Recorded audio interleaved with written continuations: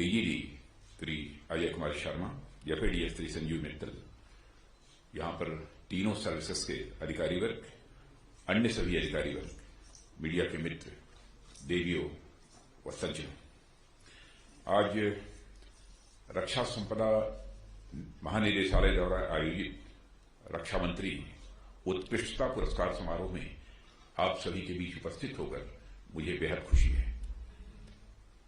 आज दिए जाने वाले पुरस्कार सभी पुरस्कृत संस्थाओं को क्षेत्र की बेहतरी के लिए काम करने के लिए निश्चित रूप से प्रोत्साहित करेंगे, ऐसा मेरा विश्वास है। साथ ही बाकी छावनी बोर्ड्स को भी और अधिक लगन और समर्पण के साथ काम करने के लिए भी प्रेरित करेंगे।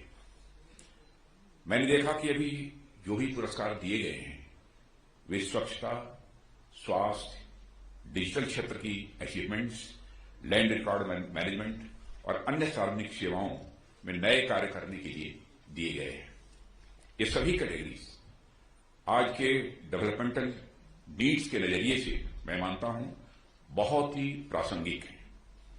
न केवल प्रासंगिक बल्कि मैं कहूंगा कि ये सभी क्षेत्र आने वाले समय में डीजीडी और उसके साथ साथ हमारे राष्ट्र को सशक्त बनाने के अत्यंत महत्वपूर्ण माध्यम भी है। इसके अलावा कैपेसिटी बिल्डिंग करने के लिए सरकार की पहल के अनुरूप सर्वे टेक्नोलॉजी के क्षेत्र में सेंटर ऑफ एक्सीलेंस की स्थापना और जियोग्राफिक इंफॉर्मेशन सिस्टम पर आधारित वाटर पाइपलाइन सिस्टम की शुरुआत अभी डायरेक्टरेट द्वारा की गई है। मुझे जानकारी दी गई है कि GIS based water pipeline system, जिसको अभी अभी आपने देखा है, आज तक किसी भी नगर निकाय द्वारा नहीं अपनाई गई है, जो आप सबके द्वारा अपनाई गई है। ऐसे में आप लोगों द्वारा शुरू की गई यह पहल अन्य निकायों को भी नगरीय सेवाओं में टेक्नोलॉजी अपनाने के लिए प्रेरित करेगा, ऐसा भी मेरा विश्वास है। देवियों सज्जनों, इन सभी उपलब्धियों के लिए मैं director general defence state Shri Ajay Kumar Sharma को विशेष रूप से बधाई देता हूं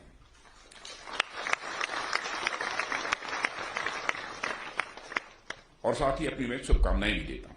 साथ ही आप सभी को मैं रक्षा संपदा विभाग के 96 स्थापना दिवस की भी बहुत बहुत हार्दिक शुभकामनाएं भी देता हूं।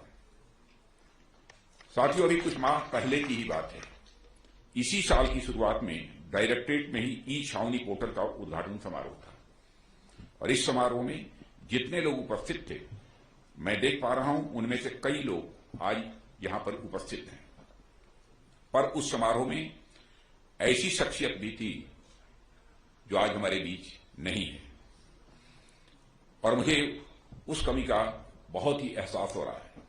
हमारे देश के प्रथम chief of defence staff general Bipin Rawat उस समारोह में हमारे साथ ही थे।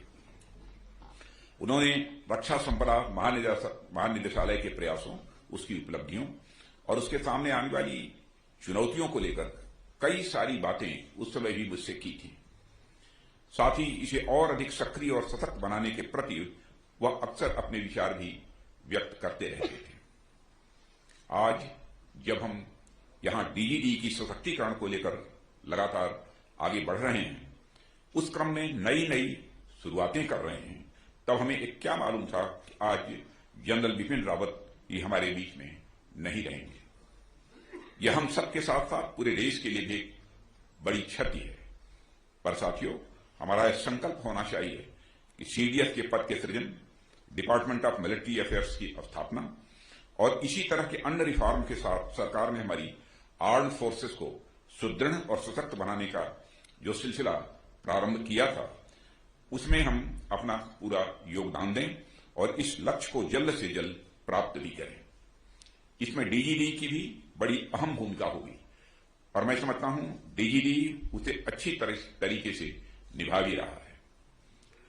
साथियों, यह निदेशालय ऐतिहासिक रूप से छावनी क्षेत्रों को बेहतर बनाने का सफल प्रयास करता आया है। इसने हमारी आर्म्ड फोर्सेज की तैयारियों में बड़ी सहायता की है। विभाग लगभग 17.98 लाख एकड़ भूमि के मैनेजमेंट और देश भर में फैली 62 छावनियों के सिविल एडमिनिस्ट्रेशन के लिए भी जिम्मेदार है, जैसा आप जानते हैं। हमारा यह एक विभाग जितने बड़े क्षेत्र की देखभाल कर रहा है, दुनिया के कई ऐसे देश होंगे, मैं समझता हूं, जिनका कुल क्षेत्रफल भी इतना ही होगा। इसलिए आप सब बधाई के पात्र हैं।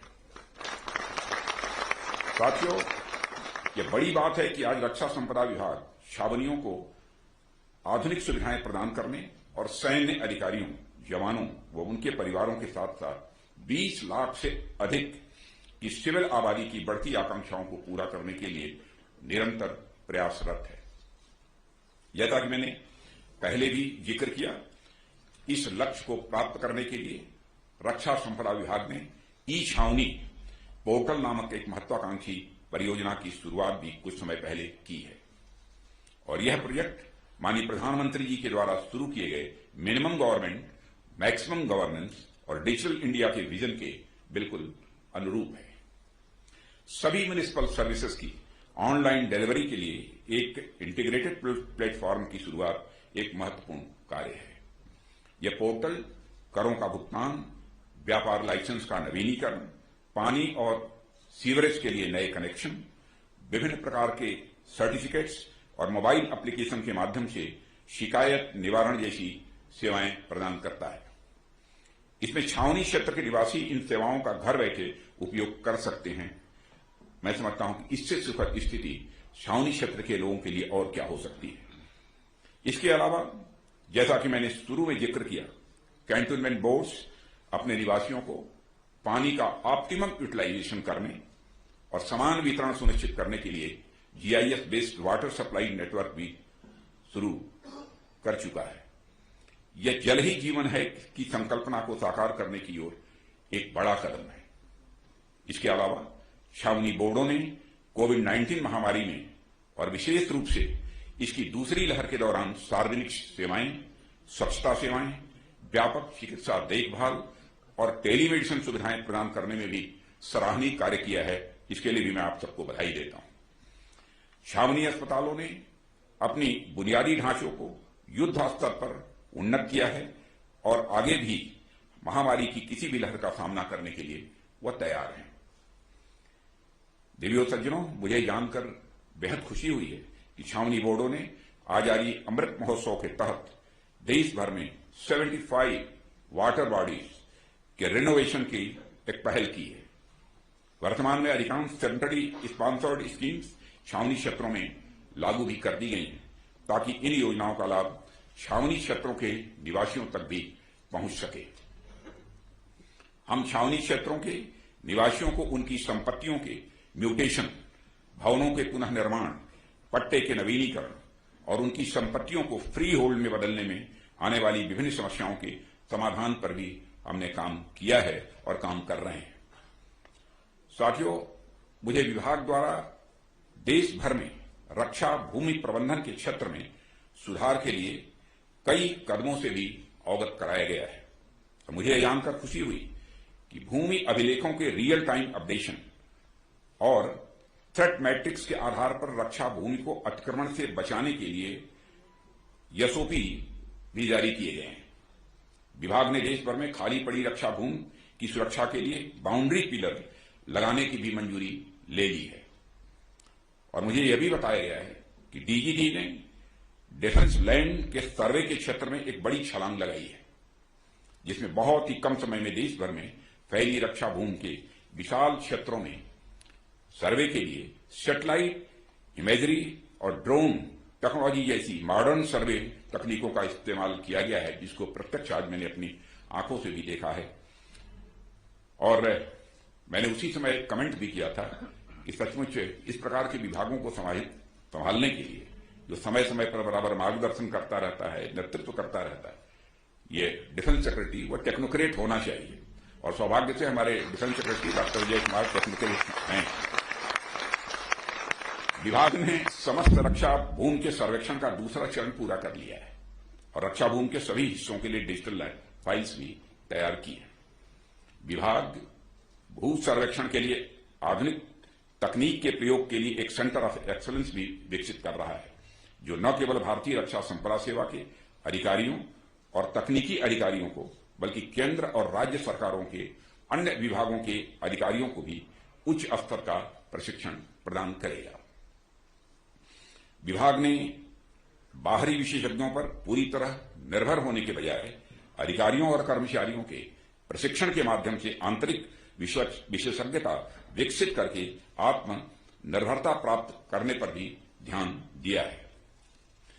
मैं छावनी भूमि प्रशासन 2021 और छावनी बोर्ड कर्मचारी सेवा नियम 2021 दोनों नियमों की नोटिफिकेशन और आज की आवश्यकताओं के अनुसार अपने नियमों के अपडेशन के लिए विभाग को मैं बधाई देता हूं। हालांकि हमारी स्वतंत्रता के 75वें वर्ष में भी छावनियों में ऐसी कई सड़कें और इमारतें हैं जिनका नाम ब्रिटिश क्राउन के प्रति वफादार ब्रिटिश अधिकारियों और सैनिकों के नाम पर रखा गया है जो थे यहां। मैं यह सुझाव देना चाहूंगा एक आप सबको यहां की रक्षा मंत्रालय एवं डीजीपी इस बात पर विचार करे कि ऐसे सभी सड़कों और भवनों का नाम हमारे बहादुर सैनिकों और आधुनिक भारत के निर्माताओं के नाम पर रखा जाना चाहिए और इस काम को जितना जल्द हो सके पूरा किया जाना चाहिए। जब मैं यह बात कह रहा हूं तो मैं स्पष्ट करना चाहूंगा कि इतिहास से छेड़छाड़ करने या किसी दुर्भावना अथवा संकीर्ण मानसिकता से प्रेरित होकर ऐसा मैं नहीं कह रहा हूं। हम यह भी ध्यान रखें कि जिन ब्रिटिश अफसर या सोल्जर्स ने देश या क्षेत्र की जनता की भलाई के लिए कोई सराहनीय कार्य किया है, आगामी पीढ़ी से उनका परिचय कराया जाए और उनके नामों को ससम्मान यथावत रखा जाए।